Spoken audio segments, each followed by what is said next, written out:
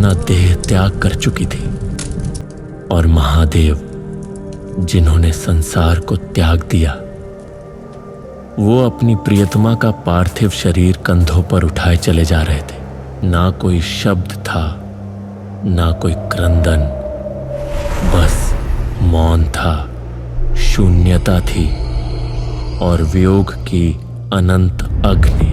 देवगण, ऋषिगण और संपूर्ण सृष्टि निस्तब्ध होकर इस दिव्य विरह को निहारती रही। और तभी पुनर्जन्म हुआ आदिशक्ति का एक नवीन रूप में। राजा हिमवान के घर जन्म लिया एक दिव्य कन्या ने, जिन्हें आज हम मां पार्वती के रूप में जानते हैं। उनके नयन जैसे घोर अंधकार में भी प्रकाश बिखेर दें। काले, रेशमी, घने बाल और मुख पर ऐसी सौम्यता भरी मुस्कान कि स्वयं इंद्रलोक भी मोहित हो उठे। परंतु उनके हृदय में बस एक ही नाम अंकित था, शिव। किंतु महादेव का प्रेम पाना न सौंदर्य से संभव था, न कुल से, न जन्म से।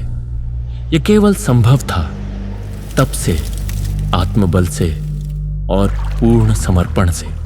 लॉस्ट एकोज में आप सभी का हार्दिक अभिनंदन है। यह है माता सती के त्याग की गाथा, महादेव के मौन वियोग की यात्रा और मां पार्वती की कठोर तपस्या, जिसने स्वयं महाकाल का हृदय भी पिघला दिया। यही कथा सावन के महीने को अद्भुत और पुण्य बनाती है।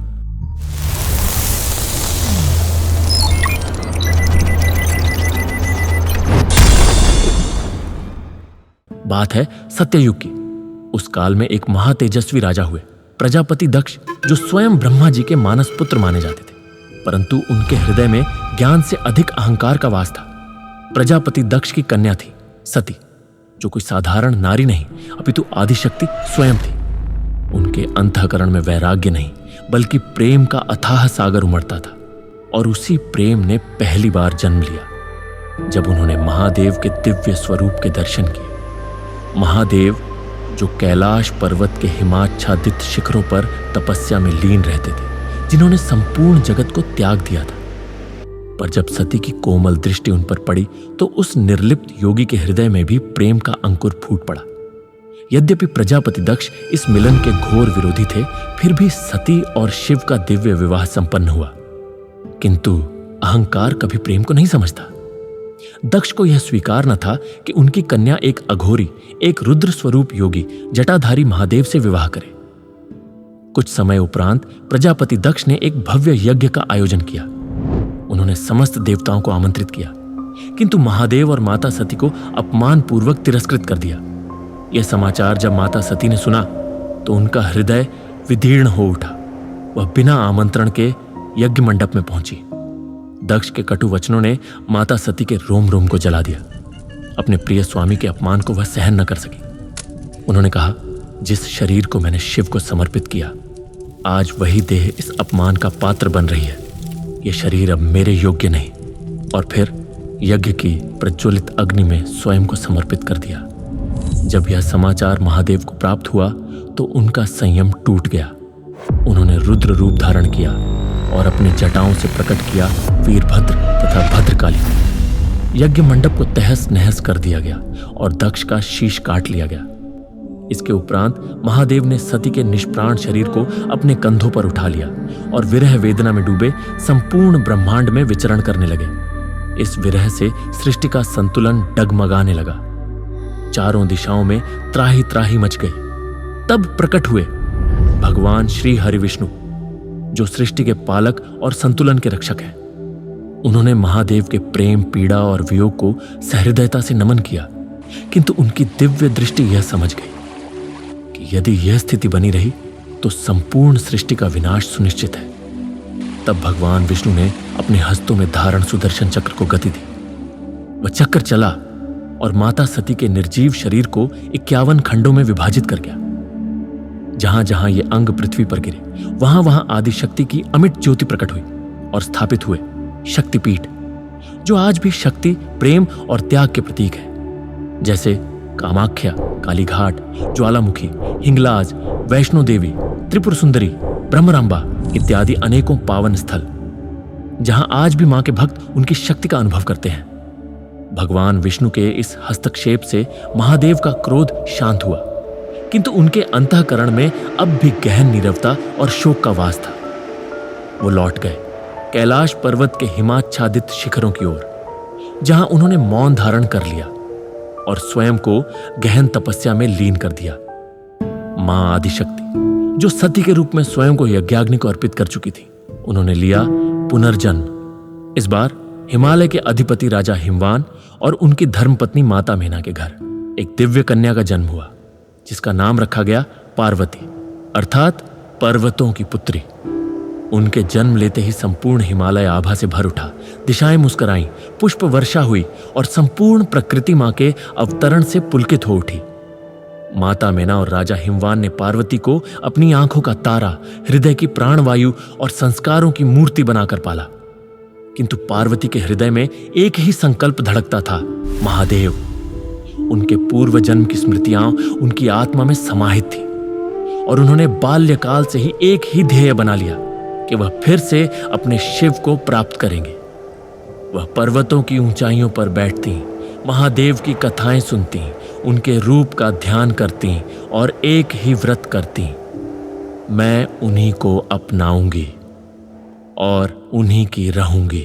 जब वह कन्या अब यौवन की दहलीज पर पहुंची, तब उनके हृदय में एक ही संकल्प जागा, महादेव को पाने का संकल्प। उन्होंने त्याग दिया राजमहल का सुख और चुना हिमालय का निर्जन वन, जहां न अन्न था, न जल, न कोई संग था, न ही कोई छाया।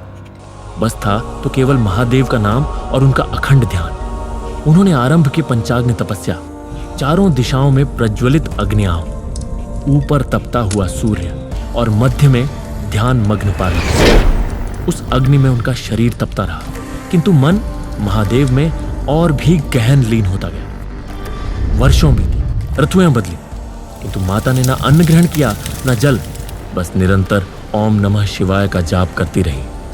उनकी तपस्या की महिमा देखकर प्रकृति तक नतमस्तक हुई, पक्षीगण स्तब्ध और देवगण विस्मित। इंद्र के नेतृत्व में विचार हुआ, यदि शिव पार्वती का संयोग न हुआ तो सृष्टि में प्रेम और संतुलन समाप्त हो जाएगा। तब भेजा गया कामदेव को, प्रेम और आकर्षण के देवता को। संग में थी उनकी अर्धांगिनी रति।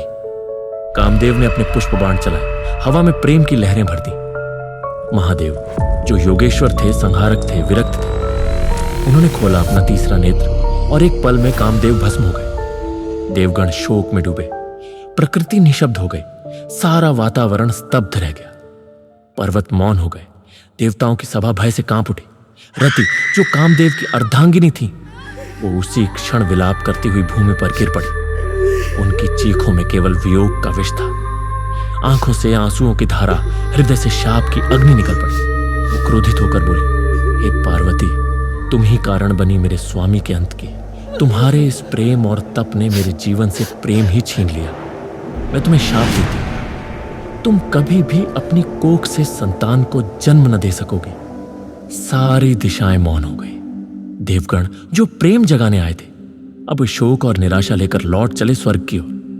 किंतु उस घड़ी भी जब प्रलय सदृश्य सामने था, माता पार्वती, जिन्होंने यह सब अपनी ध्यानस्थ दृष्टि से देखा, उनका संकल्प डगमगाया नहीं। न उनकी आंखों में भय था, न हृदय में विकलता।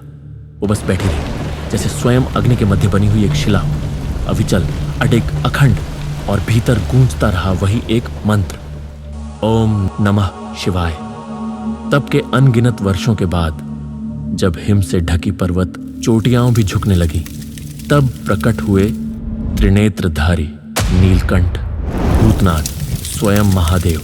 उन्होंने देखा एक कन्या, जिसके वस्त्र थे जर्जर, देह तप से क्षीण, किंतु नेत्रों में प्रेम की अमर ज्वाला।